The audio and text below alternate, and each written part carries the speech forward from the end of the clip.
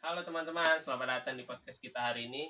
Pada episode kali ini kita akan membahas tentang topik yang cukup menarik dalam dunia perdagangan internasional, yaitu defisit neraca perdagangan.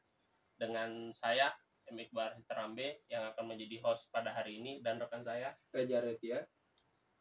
Kira-kira Adit ini, biasa dipanggil Adit kan? Iya. Nah, Adit ini nih kuliah kah, kerja atau bagaimana? Kebetulan kuliah sambil kerja. Mantap sekali kuliah sambil kerja. Lagi semester berapa berarti sekarang? Semester 2 sekarang, betul. Semester 2. Iya. Nah, ini kan selesai lebaran. Masuk tanggal berapa nih? Sekarang nanti masuk tuh tanggal 2. Oh, tanggal 2. Berarti sama lah ya kita ya. Sama-sama Sama-sama. tanggal 2 berarti semuanya. Oke deh. Kalau begitu, oh iya, jurusannya jurusan apa nih? Jurusan ekonomi. Ekonomi. Kalau saya manajemen nih. Beda-beda tipis lah ya, Iya. manajemen sama ekonomi. Oke, kita langsung aja masuk. Yang pertama itu, apa itu defisit neraca perdagangan menurut saudara? Menurut saya itu defisit neraca perdagangan terjadi ketika nilai impor suatu negara melebihi nilai ekspor. Ini berarti negara tersebut lebih banyak mengimpor barang dan jasa dari negara lain daripada yang mereka mengekspor. Hal ini dapat menyebabkan neraca perdagangan yang tak seimbang dan dampak pada perekonomian suatu negara.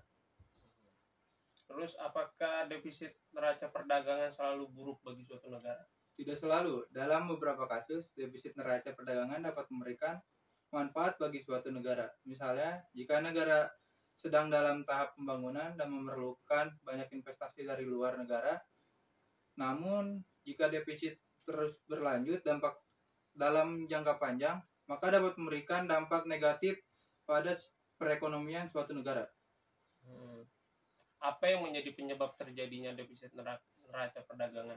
Ada beberapa faktor yang dapat menyebabkan terjadinya defisit neraca perdagangan, seperti tingginya konsumsi dalam negeri, rendahnya investasi dalam negeri, perbedaan harga barang dan jasa antar negara, serta perbedaan kebijakan perdagangan antar negara. Apakah defisit neraca perdagangan dapat diatasi? Ya, defisit neraca dapat diatasi dengan beberapa cara.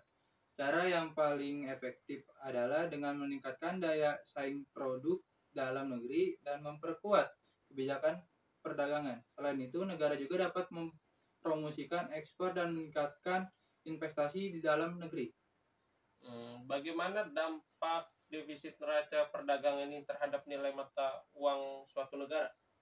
Defisit neraca perdagangan dapat berdampak pada nilai tukar mata uang suatu negara. Jika neraca perdagangan tak seimbang dalam jangka panjang, maka nilai tukar mata uang suatu negara dapat menurunkan kekhawatiran investor terhadap kesehatan ekonomi negara tersebut.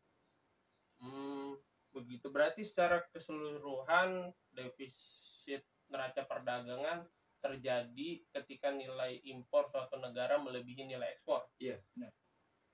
Hal ini dapat memicu neraca perdagangan yang tidak seimbang dan dapat berdampak pada perekonomian suatu negara. Namun, menurut saya defisit neraca perdagangan ini tidak selalu buruk bagi suatu negara dan tergantung pada situasi dan kebijakan ekonomi yang diambil.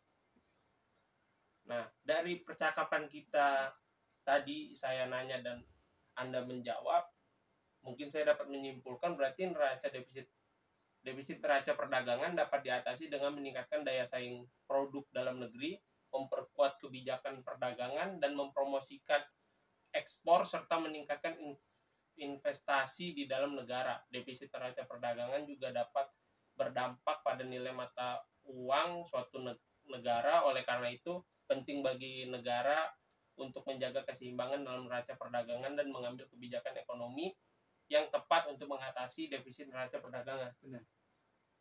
Oke, baik. Tentunya topik ini itu cukup penting untuk dipahami karena berhubungan langsung dengan perekonomian suatu negara seperti Indonesia ini. Semenjak COVID, ya kan? COVID kita ini